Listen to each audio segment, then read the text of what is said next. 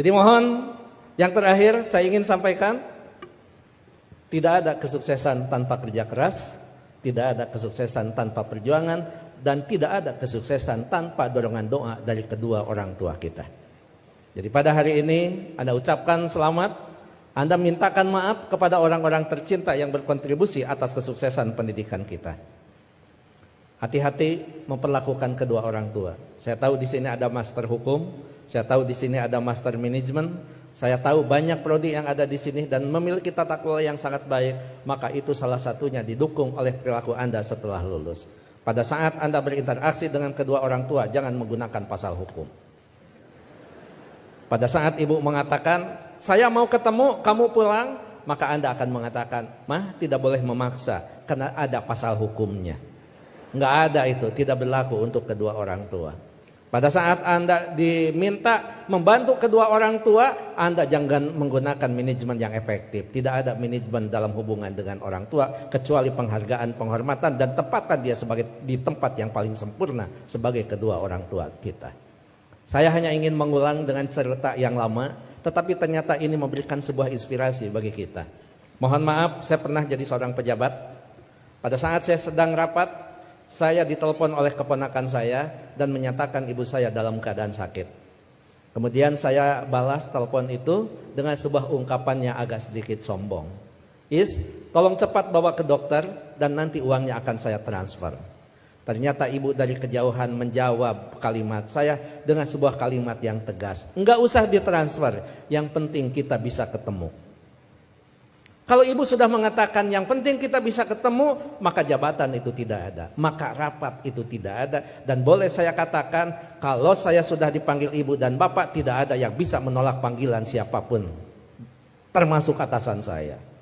Kalau itu ibu dan bapak yang memanggil, kena yakin, kalaupun saya bisa memberikan sebuah alasan, Pak mohon maaf ibu saya dalam keadaan sakit, maka atasan saya akan memahami semua, karena mereka juga pernah dibesarkan dan memiliki rasa hormat kepada kedua orang tuanya.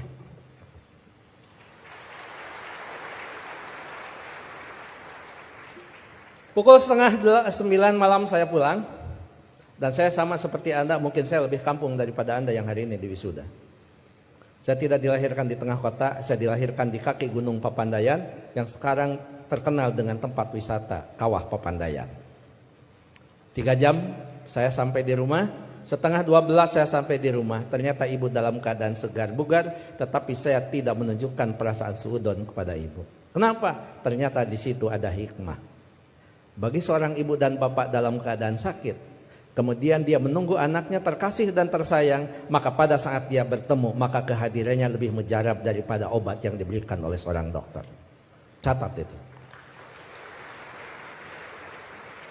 Ibu tidak hanya menunjukkan segar dan bugar, tapi ibu juga tetap memperhatikan kesukaan makanan anaknya. Saya dimasakkan sayur kacang merah, saya digorengkan asin peda, saya dibuatkan sambal terasi, dan saya juga dibakarkan pete. 11:30 malam, coba bayangkan ada sayur kacang merah, nasi putih, bakar pete, dan belum peda ditambah sambal terasi. Boleh dibayangkan setelah wisuda. 11:30 malam saya disuguhi makanan itu, maka tidak ada kalimat yang bisa diucapkan kepada ibu selain mengucapkan terima kasih. Padahal saya tidak biasa makan malam, kecuali makan nasi di waktu malam. Ya saya makan. Saya tidak pernah mengatakan, Amah ngapain masak? Kan kata dokter paling tidak 3 jam sebelum tidur kita boleh makan. Ini mau tidur 11:30, ngapain masak?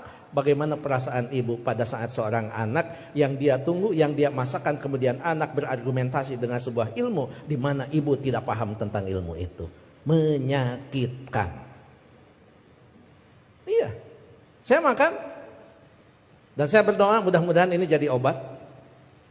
Begitu saya lirik dari sudut mata saya, ibu kelihatan bahagia. Kenapa? Makanan yang dia pasak itu betul-betul dimakan oleh anaknya. Begitu selesai makan, saya mengatakan kepada ibu, Amah mohon maaf, ini makanan sangat enak, terima kasih. Tapi mohon maaf besok tidak akan pulang siang karena ada pekerjaan yang tersisa. Kemungkinan saya pulang sebelum sholat subuh. Ibu dengan bijak mengatakan, enggak apa-apa. Yang penting kita sudah ketemu. Sok istirahat. Saya sambil dituntun, dibawa ke kamar. Setelah di kamar saya diselimuti. Ibu lupa kalau anaknya adalah seorang profesor. Ayo tepuk tangan.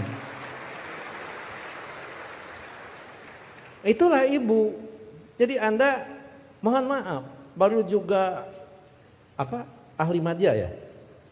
Ahli madya, ibu mau nyelimutin. Ngapain? Ini baru di wisuda. Ada yang lebih tinggi lagi. Masa mah disimutin? Ini tekan sarjana. Nggak ada di depan orang tua itu. Jangankan ahli madya, sarjana, master, doktor, seorang profesor di hadapan ibu, di hadapan bapak, tetap kita adalah seorang anak yang perlu menghormati mereka.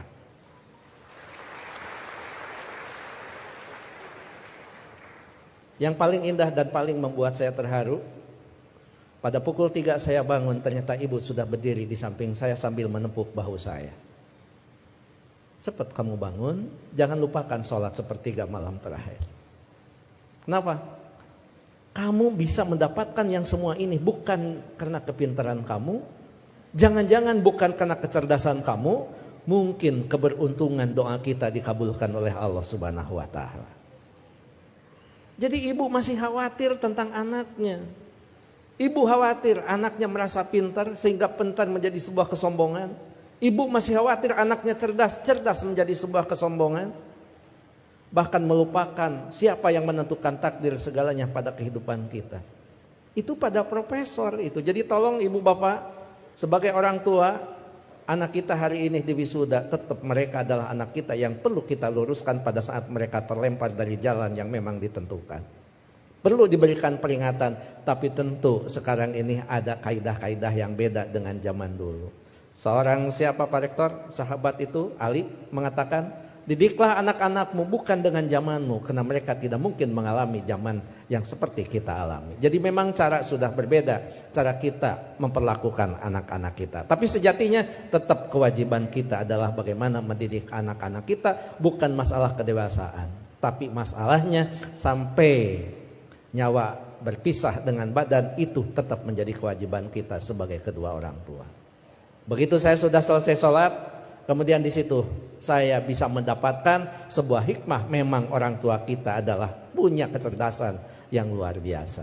Padahal ibu saya bukan profesor, ibu saya tidak lulus SMA, ibu saya juga tidak lulus SD. Beliau hanya lulusan sekolah raya. Tapi apa? Dalam sebuah komunikasi waktu itu saya katakan, "Ama, sekarang saya pergi, mohon pamit." Ibu masih bertanya, "Kamu nanti sholat di mana?" Saya jawab, "Nanti sholat di jalan." Ibu langsung mengkritisi kalimat saya, "Jangan suka sholat di jalan, ketabrak mobil."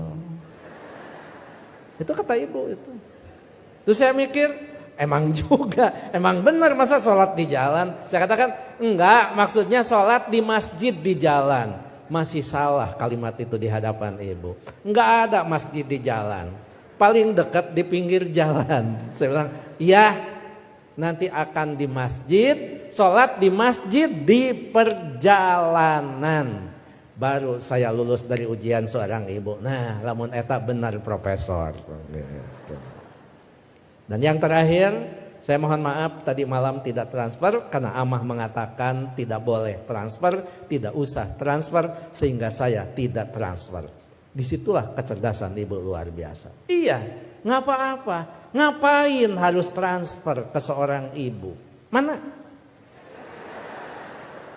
Ibu lebih cerdas daripada seorang profesor. Oleh karena itu tentu saya berharap sekali lagi, kalau kita mau sukses, berbaiklah kepada guru, kepada orang tua kita. Kalau kita mau sukses, jangan pernah Anda melupakan, karena kesuksesan kita adalah jerih payah dan hasil pemikiran kedua orang tua kita, termasuk guru-guru kita.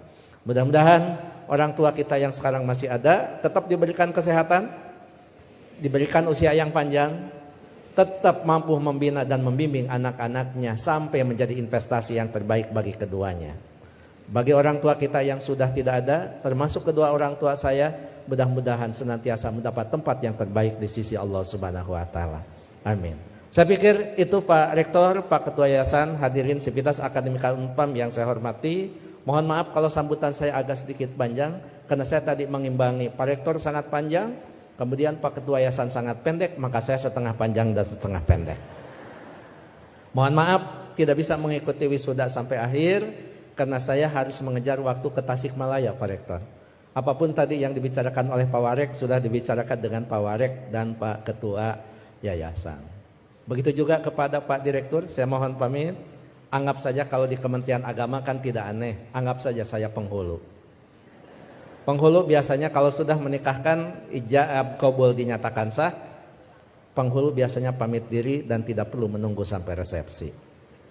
Terakhir, saya tidak akan membacakan pantun, tapi ini ulangan dari wisuda bulan kemarin, karena setiap bulan Unpam wisuda. Bahkan Unpam setiap wisudanya juga tidak bisa diganggu karena hari Minggu. Jadi saya tidak bisa menolak undangan Unpam. Gitu. Anda hanya tahu saja yang wisudawan wisudawati. Saya ini mantan Aura Kasih. Sekian dan terima kasih. Assalamualaikum warahmatullahi wabarakatuh.